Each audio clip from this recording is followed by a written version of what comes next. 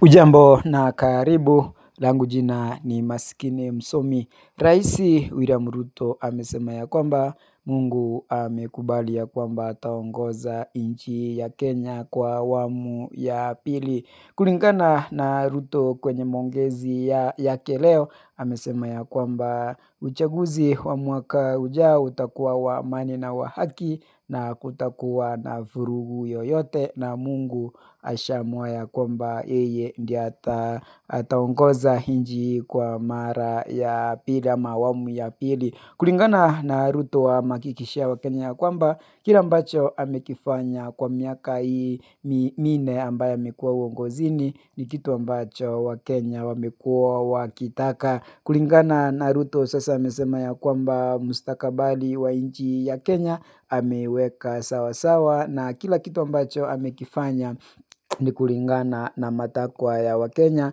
na kwa hivyo Wakenya watamchagua kwa mara ya pili ama awamu ya pili ili kuwatumikishia. Kulingana na yeye amehakikishia Wakenya ya kwamba uchaguzi utakuwa huru na wa haki, na kutakuwa na furugu yoyote, na kutakuwa na amani kipindi hicho, na Mungu ashakubali kwamba yeye ndiye atakuwa rais wa Kenya kwa awamu ya pili. Akiongea haya, Ruto amehakikishia Wakenya ya kwamba wasiwe na wasiwasi, watulie tuli, kwani yeye ndio kiongozi ambaye amechaguliwa na Mungu kuhakikisha kwamba gurudumu la maisha ya Wakenya ameliendesha kwa njia inayofaa. Kulingana na yeye amesema ya kwamba ako na malengo makubwa kuhusiana na Wakenya, na atahakikisha ya kwamba nchi ya Kenya imekuwa nchi ambayo wengi wamekuwa